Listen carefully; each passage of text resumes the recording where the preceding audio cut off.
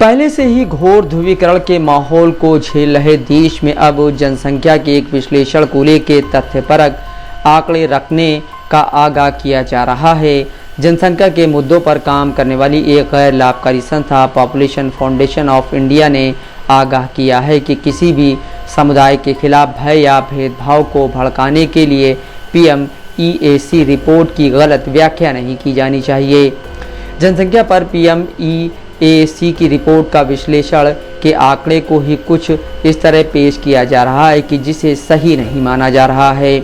PMEAC यानी प्रधानमंत्री की आर्थिक सलाहकार परिषद के एक नए विश्लेषण के मुताबिक 1950 से 2015 के बीच 65 साल में भारत में हिंदू आबादी की हिस्सेदारी में 7.82% की गिरावट आई है, जबकि मुसलमानों, ईसाइयों और सिखों की आबादी में वृद्धि देखी गई है। रिपोर्ट के मुताबिक जहां हिंदुओं की आबादी में 7.82% की गिरावट आई, वहीं मुस्लिम आबादी का हिस्सा 9.84% से बढ़कर 14.09% हो गया है। ईसाई आबादी का हिस्सा 2.24% से बढ़कर 2.36% हो गया है।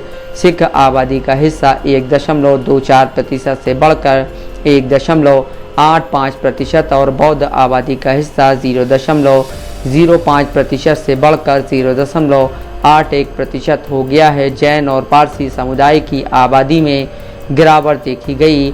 जैनियों की हिस्सेदारी 0.45% से घटकर 0.36% हो गई और पारसी आबादी की हिस्सेदारी 0.03% से 0.0004% हो गई है।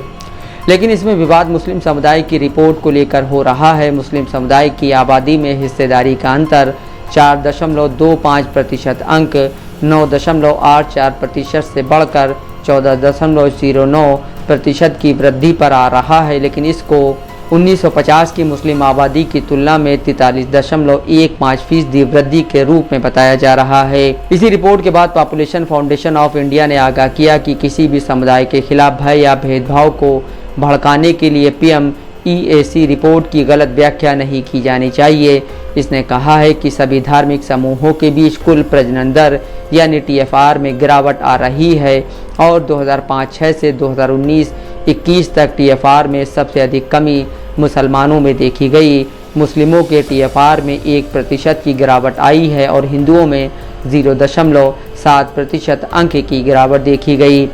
बार बार मुस्लिमों की आबादी को लेकर उठाए जाते रहे सवालों पर दुनिया भर में ख्यात प्यू रिसर्च सेंटर ने भी इस पर एक विश्लेषण किया था और बताया था कि कैसे जनसंख्या वृद्धि का सीधा संबंध गरीबी, अशिक्षा और डेमोग्राफी से है, न कि धर्म से। प्यू रिसर्च सेंटर ने भारत की जनगणना और राष्ट्रीय परिवार स्वास्थ्य सर्वेक्षण यानी NFHS के आंकड़ों के हवाले से 2021 में TFR पर एक शोध जारी किया था।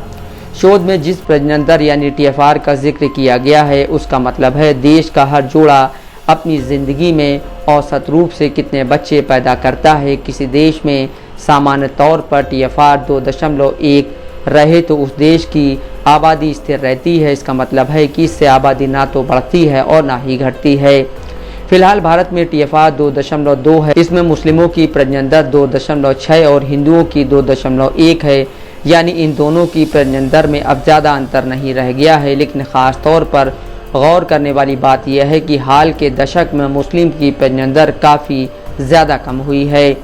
प्यू रिसर्च के मुताबिक 1992 में जहां मुस्लिम प्रजनन दर 4.4 थी, वह 2015 की जनगणना के मुताबिक 2.6 रह गई है, जबकि हिंदुओं की प्रजनन दर इस दौरान 3.3 से घटकर 2.1 रह गई है। आज़ादी के बाद भारत की प्रजनन दर काफ़ी ज़्यादा 5.9 थी। 3 साल पहले आए प्यू रिसर्च के अध्ययन में चेताया गया है कि धर्म किसी भी तरह से प्रजनन दर को प्रभावित करने वाला एकमात्र या यहाँ तक कि प्राथमिक कारण भी नहीं है। अध्ययन में कहा गया कि मध्य भारत में अधिक बच्चे पैदा होते हैं, जिनमें से बिहार में प्रजनन दर 3.4 और उत्तर प्रदेश में 2.7 है, जबकि तमिलनाडु और केरल में प्रजनन दर क्रमशः 1.7 और 1.6 है।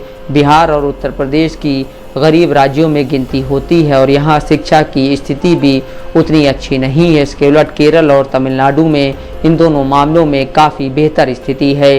राष्ट्रीय परिवार स्वास्थ्य सर्वेक्षण के आंकड़ों के मुताबिक 2005-06 में बिहार में जहां मुस्लिमों का TFR 4.8 था, वहीं 2019-20 में यह घटकर 3.6 रह गया, यानी 1.2 की कमी आई है। इस दौरान हिंदुओं की TFR 3.9 से घटकर 2.9 रह गई है, यानी 1.0 की कमी आई है। हिमाचल प्रदेश में तो 2019-20 में हिंदुओं और मुसलमानों का TFR 1.7 बराबर ही है, जबकि इससे पहले 2015-16 में हिंदुओं का TFR 2 और मुस्लिमों का 2.5 था।